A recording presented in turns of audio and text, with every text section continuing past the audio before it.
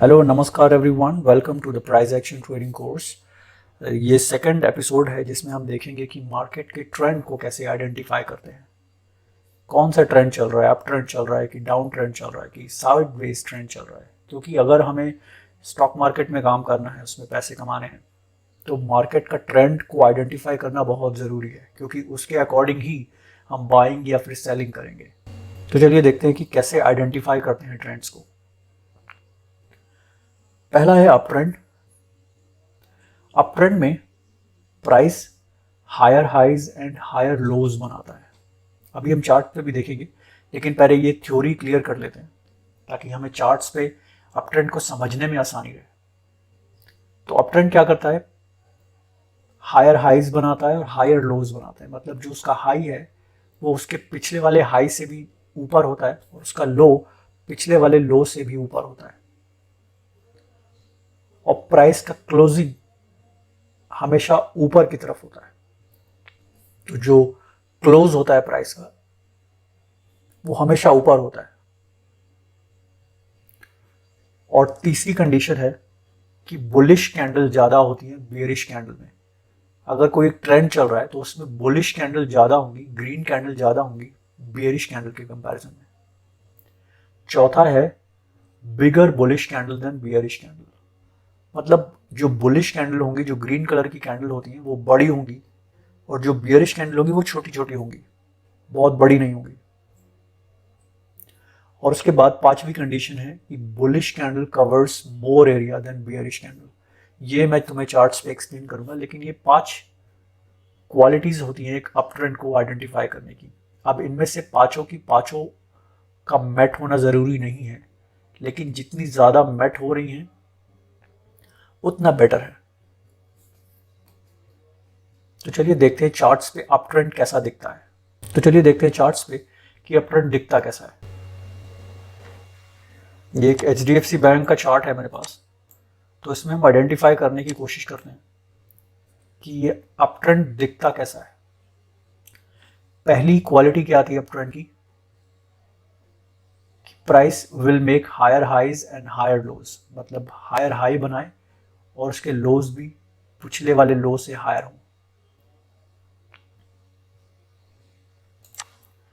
तो ये एक प्राइस ने हाई बनाया, फिर प्राइस नीचे आता है। पहला लो यहां पर था, दूसरा लो यहां पर है। पहला हाई यहां पर था और दूसरा हाई यहां पर है। मतलब ये एक हायर हाई है और हायर लो है। अप ट्रेंड की पहली कंडीशन मैट हो गई। दूसरी कंडीशन क्या है कि price closing will always be towards up. यहां से लेके यहां तक प्राइस मोस्टली ऊपर ही बंद हुआ है। दूसरी कंडीशन भी मैट हो जाती है।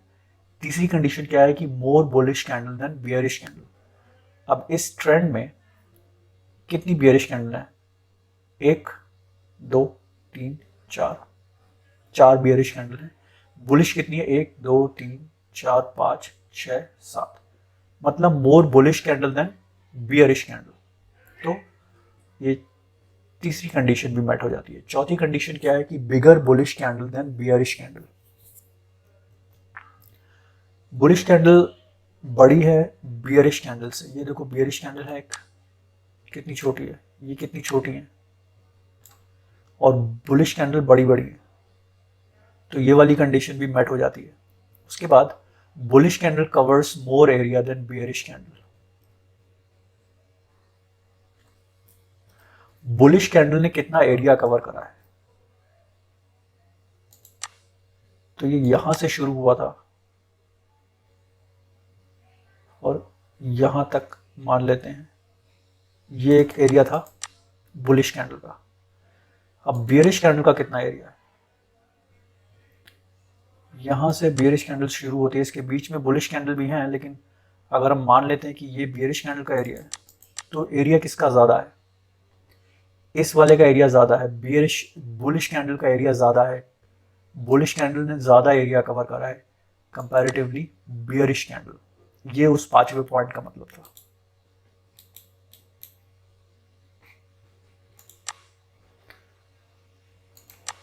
तो हमने यहां से यहां और यहां से यहां, ये एक पहला मूव था। दूसरा, फिर से ये ऊपर जाता है और नीचे आता है। तो ये एक हायर हाई है, ये हाई था पहला, ये हाई है दूसरा, ये हाई था, ये लो था पहला और ये लो है दूसरा।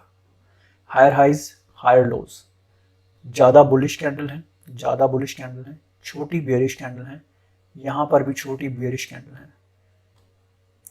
एरिया ज़्यादा कवर करा है इस वाले मूव में भी,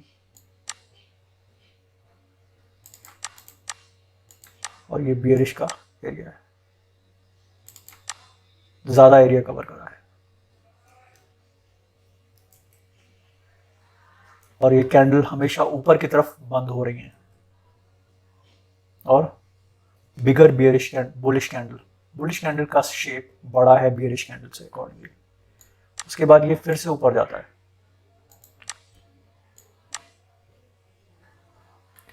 फिर से एक लो बनाता है, ये इसका हाई है, ये इसका लो है, यहाँ पे आता है, फिर से और ऊपर जाता है, ये लो है और ये हाई है।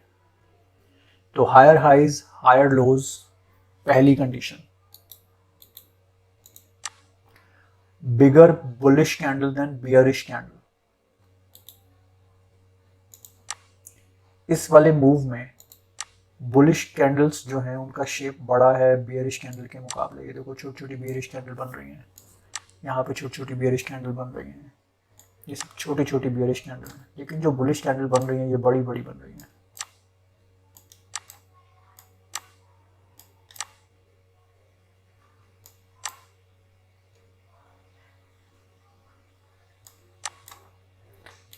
एरिया ज़्यादा कवर कर रही है, जो बुलिश मूव है वो एरिया ज़्यादा कवर कर रहा है, जैसे कि ये वाला,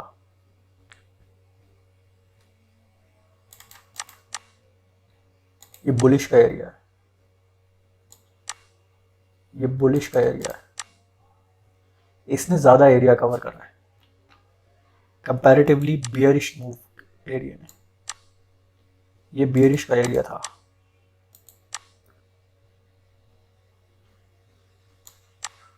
और ये बियरिश का एरिया है। तो ये एक अप ट्रेंड की कंडीशन होती है, और ऐसे हम अप ट्रेंड को पहचानते हैं। अब देखते हैं डाउन ट्रेंड की क्या कंडीशन होती है। डाउन ट्रेंड की वही कंडीशन होती है जो अप ट्रेंड की होती है, बस उसके उल्टी होती है। तो डाउन ट्रेंड में प्राइस लोअर हाइज और लोअर लोज बनाएगा। जैसे अप ट्रेंड में हायर हाइज बना रहा था, वैसे ये लोअर हाइज बनाएगा। Price closing will always be in downward direction. जैसे अप ट्रेंड में अपवर्ड डायरेक्शन में था, डाउन ट्रेंड में डाउनवर्ड डायरेक्शन में होगा। More bearish candle than bullish candle. जो नंबर ऑफ बियरिश कैंडल होंगी वो ज्यादा होंगी बुलिश कैंडल के अकॉर्डिंग के कंपैरिजन में। जैसे कि अप ट्रेंड में था उसमें बुलिश कैंडल्स ज्यादा होती हैं, और डाउन ट्रेंड में बियरिश कैंडल ज्यादा होती हैं। चौथा है bigger bearish candle than bullish candle. जो बियरिश कैंडल होंगी वो बड़ी होंगी बुलिश कैंडल के कंपैरिजन में। और पांचवा, bearish candle will cover more area. वो एरिया ज्यादा कवर करेंगी बुलिश कैंडल के कंपैरिजन में। तो अब देखते हैं चार्ट्स पे डाउन ट्रेंड कैसा दिखता है। तो ये एक बेरिश मूव है, इसमें ये हाई था, ये लो है, ये हाई था, ये लो है, ये हाई था, ये लो है, और ये हाई था, ये लो है। तो पहला हाई यहाँ, दूसरा यहाँ, तीसरा यहाँ, चौथा यहाँ। लोअर हाइज बन रहे हैं और लोअर लोज बन रहे हैं। मतलब जो हाई था या जो हाई है वो पिछले वाले हाई के नीचे है, और ये वाला हाई पिछले वाले हाई के नीचे है, और ये वाला हाई पिछले वाले हाई के नीचे है। और लो लोअर है, मतलब ये वाला लो इस वाले लो के नीचे है, और ये वाला लो इस वाले लो के नीचे है, और ये वाला लो इस वाले लो के नीचे है। तो ये कंडीशन हमारी मैट हो गई। अब देखते हैं दूसरी कंडीशन क्या कहती है। दूसरी कंडीशन है price will close always be in downward direction. Price closing नीचे की तरफ हो रही है। ये जो पहला मूव था यहां तक लो बना, प्राइस नीचे की तरफ क्लोज हुआ, उसके बाद फिर से लो बना, प्राइस नीचे की तरफ क्लोज हुआ, फिर से लो बना, प्राइस नीचे की तरफ ही क्लोज हुआ। तो ये कंडीशन भी मेट हो जाती है। तीसरा है more bearish candle than bullish candle. जो एक डाउनवर्ड मूव होगा उसमें बियरिश कैंडल ज्यादा होंगी बुलिश कैंडल के अकॉर्डिंग। यहाँ पे देख रहे हो तुम कितनी बियरिश कैंडल दिख रही है तुम्हें, ये सारी बियरिश कैंडल है, ये सारी बियरिश कैंडल है, ये सारी बियरिश कैंडल है। और बुलिश कैंडल कितनी है, एक दो, एक दो, बीच में एक बार आ गई, बीच में आ गई एक दो, फिर यहाँ पे आ गई दो तीन। बियरिश कैंडल ज्यादा है, बुलिश कैंडल कम है। तो जब भी ऐसा होता है तो ये एक बियरिश ट्रेंड को स्ट्रॉन्ग बनाता है। चौथा पॉइंट है bigger bearish candle than bullish candle. Bearish candle बड़ी हैं बुलिश कैंडल के कंपैरिजन में। ये देखो बड़ी बड़ी बियरिश कैंडल बन रही है, यहाँ पे छोटी बुलिश कैंडल है, ये एक बड़ी सी बियरिश कैंडल बनी, यहाँ पर छोटी छोटी बुलिश कैंडल बन रही है। ये बड़ी बड़ी बियरिश कैंडल बन रही है, यहाँ पे छोटी छोटी बुलिश कैंडल बन रही है। ये बड़ी बड़ी बन रही है, यहाँ पे भी बड़ी बड़ी बनी, लेकिन उसके बाद फिर से बड़ी बड़ी बन रही है, यहाँ पे बड़ी बड़ी बन रही है, लेकिन छोटी छोटी बुलिश कैंडल बन रही है और बड़ी बड़ी बियरिश कैंडल बन रही है। तो ये भी एक डाउन ट्रेंड मूव को स्ट्रॉन्ग बनाता है। उसके बाद bearish candle covers more area than bullish candle. जो एरिया है बियरिश कैंडल वो ज्यादा कवर करती है बुलिश कैंडल के कंपैरिजन में। तो अब देखते हैं एरिया को कैसे आइडेंटिफाई करते हैं। यहां से अगर शुरू करते हैं तो ये एक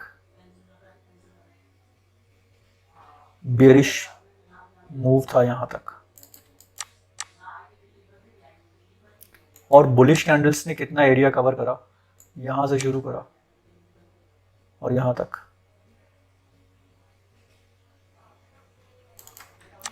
बुलिश कैंडल ने कम एरिया कवर करा है बियरिश कैंडल के कंपैरिजन में, जो एक डाउन ट्रेंड को स्ट्रॉन्ग बनाता है। नेक्स्ट मूव में देखते हैं क्या होता है। नेक्स्ट मूव में यहां से शुरू हुआ एक बियरिश मूव जो यहां पे जाके खत्म होता है, और बुलिश मूव कहां से शुरू होता है।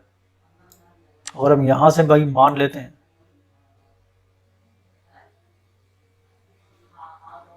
तो ये एक बुलिश मूव था, और ये बड़ा वाला रेक्टेंगल एक बियरिश मूव था, जो कि बियरिश मूव बड़ा है बुलिश मूव से।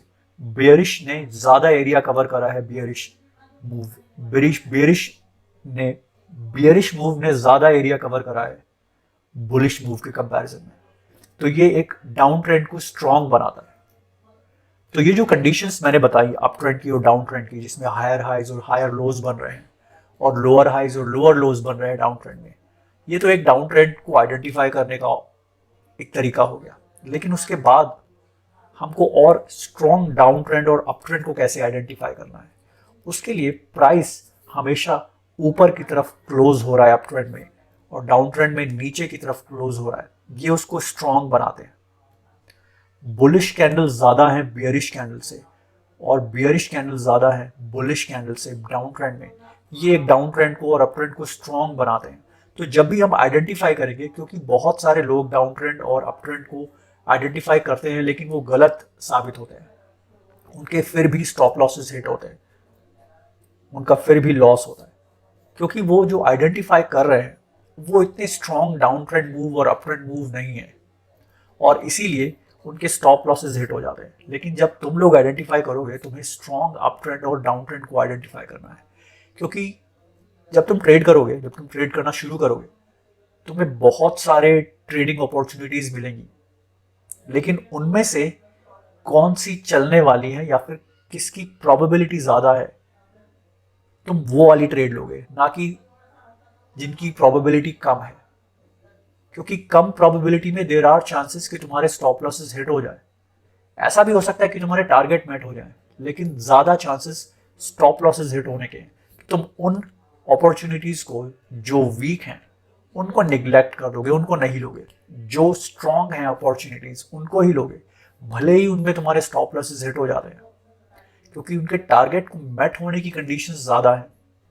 तुम्हारी ज्यादा बार टारगेट हिट होंगे, ना कि ज्यादा बार लॉसेस या स्टॉप लॉसेस हिट होंगे। तो डाउन ट्रेंड और अप ट्रेंड में बड़ी बुलिश कैंडल बनेगी, अप ट्रेंड में बेरिश कैंडल छोटी बनेगी। डाउन ट्रेंड में वही उल्टा होगा कि बेरिश कैंडल बड़ी बनेगी और बुलिश कैंडल छोटी बनेगी। उसके बाद जो बुलिश कैंडल है वो बड़ा एरिया कवर करेंगी, ज्यादा एरिया कवर करेंगी बेरिश कैंडल के कंपैरिजन में, जैसे मैंने चार्ट्स पे दिखाया। और डाउन ट्रेंड में वही होगा, वो बेरिश कैंडल होंगी जो वो ज्यादा एरिया कवर करेंगी बुलिश कैंडल के कंपैरिजन में। तो अब तुम्हें यही प्रैक्टिस करनी है चार्ट्स पर, बुलिश ट्रेंड और बियरिश ट्रेंड को आइडेंटिफाई करना है एटलीस्ट 50 न्यू चार्ट्स पर, ताकि तुम्हें तुम्हारे दिमाग में वो चीजें बैठ जाए। और फिर जब तुम लाइव ट्रेड करोगे, इस प्रैक्टिस का क्या फायदा होगा मैं तुम्हें बताता हूं।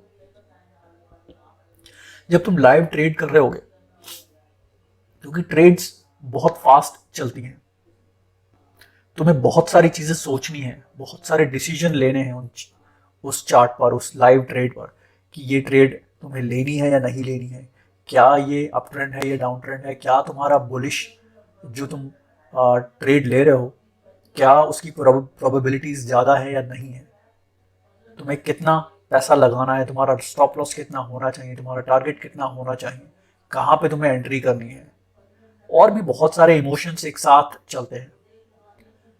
तो उन सब में अगर तुम इसी बात में फंसे रहोगे कि क्या ये मूव सही होगा या नहीं होगा, तब तक तुम्हारी वो ट्रेड निकल जाएगी। और जब तुमने प्रैक्टिस करी होगी बहुत, तुम्हारे जो फाउंडेशन है, तुम्हारी जो नॉलेज है वो बहुत परफेक्ट है। वो परफेक्ट कब होगी? जब तुम प्रैक्टिस करोगे। और जब वो परफेक्ट हो जाएगी तब तुम्हें चार्ट्स पे इतनी सारी चीजें सोचनी ही नहीं पड़ेंगी, तुम इमोशन लेस ट्रेडिंग करोगे। और जब तुम इमोशन लेस ट्रेडिंग करोगे तब तुम्हारे स्टॉप लॉसेस कम हिट होंगे, तुम्हारे टारगेट ज्यादा मेट होंगे, तुम्हारा कॉन्फिडेंस बढ़ेगा और तब तुम प्रोफेशनल ट्रेडर बन पाओगे या बनने की ओर चल पाओगे। क्योंकि जब तक तुम डिसाइड करने में फंसे रहोगे तुम एक रिटेल ट्रेडर की तरह ट्रेड कर रहे हो, जो कोई भी रैंडम ट्रेड ले लेता है। लेकिन प्रोफेशनल ट्रेडर्स जो होते हैं वो कोई भी रैंडम ट्रेड नहीं लेते, वो वही ट्रेड लेते हैं जो जिनकी प्रोबेबिलिटीज ज़्यादा होती हैं, और इसीलिए उनके टारगेट ज़्यादा मेट होते हैं, उनके स्टॉप लॉसेस कम हिट होते हैं, वो ज़्यादा पैसा कमाते हैं और धीरे धीरे उनको कॉन्फिडेंस बढ़ता है और वो प्रोफेशनल ट्रेडर बन जाते हैं। तो प्रैक्टिस करने का यही फायदा होगा। तो आई विल एडवाइज यू कि तुम प्रैक्टिस करो जितनी ज़्यादा से ज़्यादा हो सकती है। I will see you in the next episode.